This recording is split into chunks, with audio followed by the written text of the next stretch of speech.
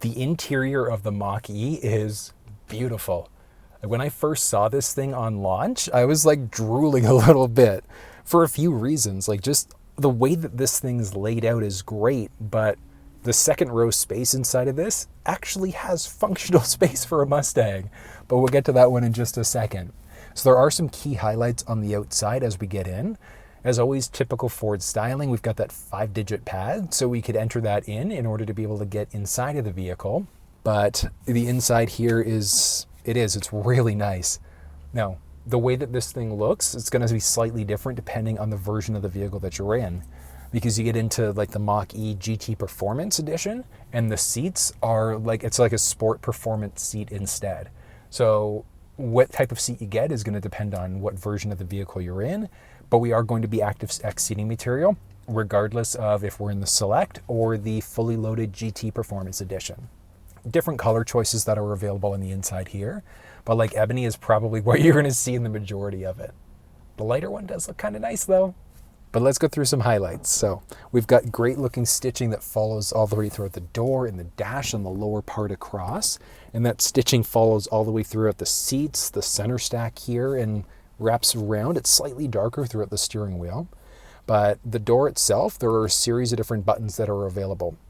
So we do have the option for seat memory with 3 individual profiles. So we can set up our seats and our side view mirrors, and then we would just press and hold either 1, 2, or 3 if we want to set up our own unique profile. And then even through the media screen here, we can set up a more unique profile for us as well, which is kind of cool. But series of other buttons along our door. We've got power folding side view mirrors. There's a button that we can push in order to kill power to the back windows, but it also acts as the safety child lock. It's funny, I was doing a video on the Mach E GT and I got myself locked in the second row of the car because this thing was turned on and I didn't even realize it. Super embarrassing, but I did put that in a video. You can check out in the description of the video here. But we've got our basic window control buttons and then our latch to be able to open the door up. Now this one does have the upgraded Bang & Olufsen sound system, so it's a 10-speaker system. Sounds good, but we'll get to the audio test in just a second. We've got some bottle holders along the door for the first row and technically for that second row as well. But like I said, it's just the small highlights inside of this car are what really make it pop. Because we look at the dash and like the speaker cover for that door, it follows through, and we've got that same material that follows all the way throughout the dash. We've got this like faux carbon fiber. It's like a weave texture on a part of the dash there too. It looks really, really nice. It's well put together. But we've got a series of different buttons right by our left knee. So max windshield defroster, figure out what's going on with our running lamps. As always, I just recommend to keep it in the auto setting. We can also adjust what's going on with the brightness of the cluster screen and the Sync 4 media screen. And then we've got a button for traction control. Now, if you're looking for walkthroughs, like you want to know how to use the steering wheel buttons, go through that mini cluster screen, you want to know what's going on with the Sync 4 media screen, check down in the description of the video. I've put together some pretty comprehensive videos. But some highlights, stick on the left side is going to be for our high beams and for our turning signals. On the right side is going to be for our front and for our rear windshield wipers. So our rear wiper, there's a little button right on the tip of that stick.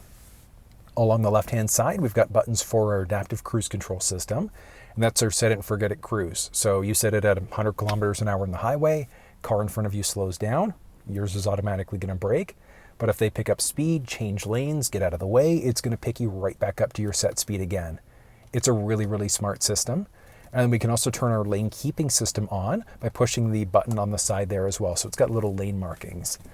Now we do have the option for Ford's Blue Cruise system. So inside of the Select version of the vehicle, that's a 90-day subscription that you get, but it's included in the Premium and above.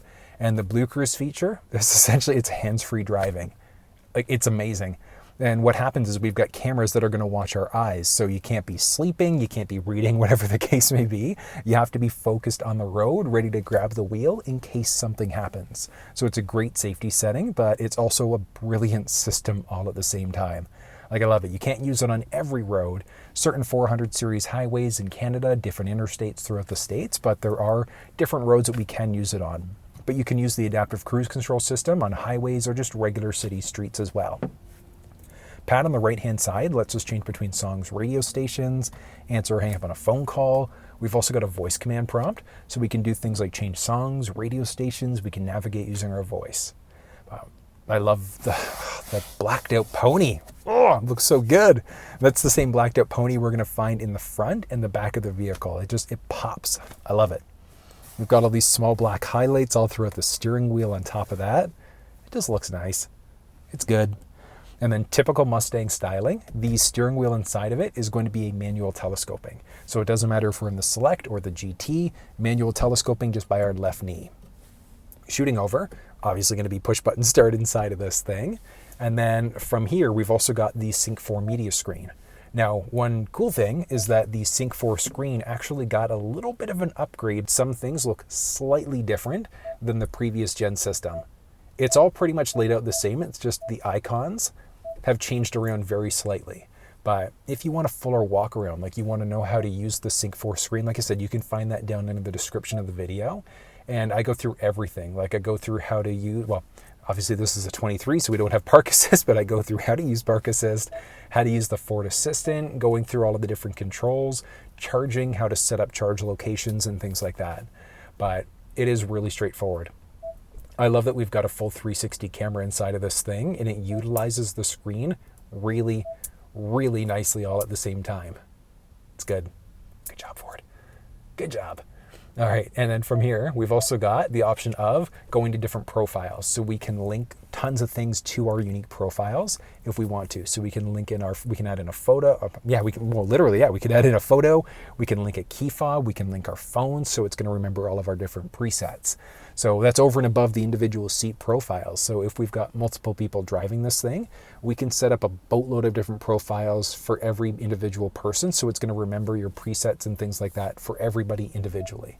It's brilliant. But I love so in the new update, the volume rocker and a few other things look slightly different in comparison to. It's kind of cool. It's pretty neat. But little alter bridge, silver tongue, good song, good band, and the audio inside of this. So that was just at half. Okay, hold on. Here we go. I love the song, I love the band. Oh, but the sound inside of this. Like I said, this is the upgraded Bang & Olufsen sound system. So the 10 speaker system, it's really, really good. Moving down, we do have 2 USB ports. So regular USB-A and then a Type-C. Wireless charge pad is there. So if you've got a phone that supports wireless charging, top it up and drop it off on that pad and you're good to go. Just underneath, we do have a little storage tray as well, and that also has a little thing that's fully removable, so if we ever need to clean it now, since things have gotten messy, we've got a few cup holders there. We've got our 4-way blinker button, electronic parking brake, and then we've got our rotary shifter to change between park, reverse, neutral, drive, and then our low gear. Little armrest here on top of that, and then when we slide the armrest open, we've got a 12-volt power point and a decent amount of storage space there too. Shooting up overhead, there is an auto-dimming rear view mirror, and there's no way to turn that one off. That's, I think, a feature would be kind of cool to be able to adjust whether the auto-dimming function is happening or not. But it's just beneficial because if lights are blinding us behind us, it's automatically going to dim for us, which is kind of cool. Overhead, we've got some basic controls for our cabin lights, typical Ford styling with our sunglasses holder, and then we've got our visor with a little business card holder. Home link system. So if you've got a garage door opener at home, you can easily program it in. From there, we've also got a business card holder on the inside, vanity mirror with a built-in light, and then this thing extends out to block all of the sun that might be hitting our face, which is great. We've also got our assist handle there as well for the driver passenger side for the first and for the second row. And then another thing, we've got our full panoramic roof, and like it's a fixed glass roof, so we don't have the flexibility of sliding this thing open, closed, whatever the case may be, but it just opens things up so nicely. Oh, I love it. I've got so much headspace inside of this thing. So on the far side here, I'm like sitting at like 4.5, almost 5 inches of headspace with the seat all the way down. So with the seat up, the way that I would normally sit, I still have a boatload of space here. And we've got power adjustable seats. So we've got forwards, backwards, up and down that are all power. Same thing with our backrest. Lumbar support is going to be 2-way. And then our headrest. So we do have a 4-way adjustable headrest, so we can adjust it forwards as necessary and then up and down on top of that. So it is nice, and like I said, the seat is super comfortable inside of this thing. I like it. But you said, like, one big thing is that with the Mach E, we actually have a functional second row in comparison to the regular gas version of the Mustang. So let's hop into that second row and see what's going on space-wise. The second row for the Mustang Mach E, I absolutely love, and it's because it's a functional back seat. You can actually get people in the second row of this thing, which, beautiful, absolutely beautiful. But I mean, that's just something in the regular Mustang, it's not going to happen. And I mean, even looking like this middle seat, it's a little tight. Like, I mean, with the driver's seat set up for somebody who's 6 feet tall, like I still have a decent amount of space here. But 3 full-size versions of me, it'll be a little bit tight for people, but if you've got smaller friends, young family, whatever the case may be, tons of space back here. And like, we do have all of our anchor points and tethers and things like that. So front-facing, rear-facing child seats are possible inside of this thing. But a lot of the same highlights that we saw in the first row follow through to the second row along the door. And we've got that nice material along the speaker there. It looks so sharp. So sharp. I like it. We've got bottle holders along the driver-passenger side. We've even got pockets back here. So behind the first and the second row seats, we've got pockets that are available. Moving down, we also have 2 USB power points. So there's a USB and then a USB Type-C. So power points all over the place here on top of that, which is great. Now, a few other small things. Both the driver-passenger side, we also have some assist handles here, so similar to what we saw in the first row. But we've got some clothing hooks on both sides. And then we also have little lights back there too. So it is kind of cool.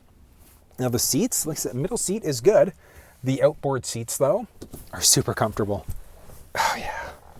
Both sides, driver passenger side, really comfortable, which is great. Now they are locked into place, so there's no way that we're going to be able to recline these things at all. One thing we do have, little armrest. If you've got kids fighting, just drop this down. We've got some cup holders in there. But outside of that, like, this thing is nice, it's simple, it's basic in the second row. Overall is fairly nice and like super spacious. Like, even looking at the headspace, so middle seat headspace, with me sitting fully upright, I've got, it's tight, but like maybe an inch-ish roughly of headspace, inch and change of headspace there. So I've got space, which is great. Inside of the outboard seats, it's just, actually I lose a tiny little bit of space. So I'm about a little over half an inch, maybe 3/4 of an inch of headspace there. So 6 feet tall, take that into account. So like 6'2", you'll probably comfortably be able to sit back here. Any taller and you're gonna have to like slouch a little bit in order to be able to make the seat comfy for you.